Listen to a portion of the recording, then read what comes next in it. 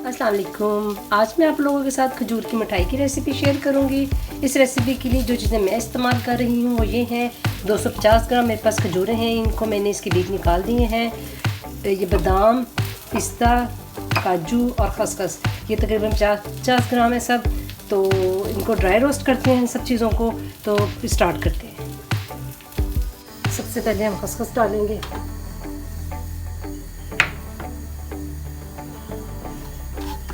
बस इसको 1-2 मिनट के लिए भूनना है ताकि इसका मॉइस्चराइज़र निकल जाए सारा। हल्की आंच पे बिल्कुल तकरीबन 1 से 1.5 मिनट हम इसको भून लिया। अब इसको निकाल लेते हैं अपने बाउल में। अब इसमें हम अपने काजू डाल देंगे,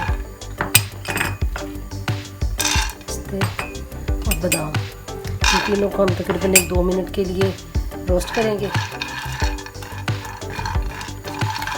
बस ज़्यादा नहीं करना, बस इनका मॉइस्चराइज़र ही निकालना है। 2-3 मिनट इसको हल्की आंच पे भूनते हैं। ये देखें तकरीबन मैंने इनको 2.5 मिनट के लिए ड्राई रोस्ट किया है। अब इसको डिश में निकाल लेते हैं। अब इनको मोटा मोटा काटते हैं। इनको ये मैंने एक ले लिया एल्युमिनियम फॉइल, इसके ऊपर डाल के तो इसको ना प्रेस कर देंगे इसके ऊपर सारा। ये देखिए इसको मैंने अच्छे से इसके साथ प्रेस कर लिया।